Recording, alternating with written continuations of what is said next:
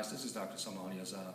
Today we're going to go over some of the structure associated with female reproductive system, and we're going to discover them right on this model that we have in front of me.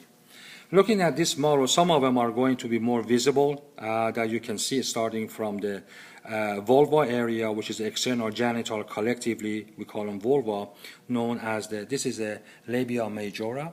You can see the labia minora part. You can see part of the clitoris here.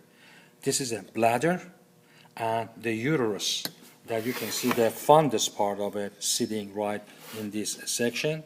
Then you can see the ovary, fimbri, uterine tube. The other structures that also you can be able to see is going to be by way of opening this one, so we can see a sagittal cut on that part for better visualization. So you can see the clitoris location here, and of course this is the purpose part of it, the foreskin part on that side. You can see the symphysis pubis and mons pubis, the fatty tissue right in this area.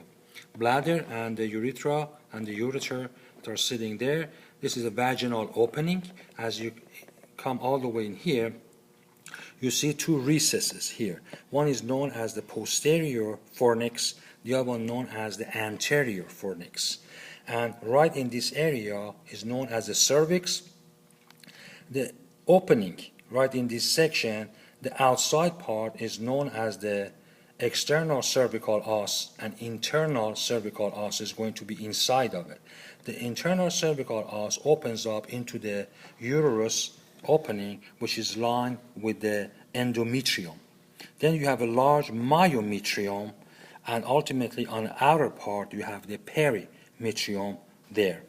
So if I look at this structure here right now, you can see some of the other ones right down in this area. This is a round ligament in this part. Then you have the fallopian tube or uterine tube that will come and extend into the fimbri, or those finger-like projections that hover themselves over the ovary when they're going to be trapping the egg right there, getting it. And there is usually ligaments right down here known as ovarian ligament that is keeping everything in place, and of course the broad ligament on the outside part, right, that keeps area correctly. There's also a couple of recesses in this section.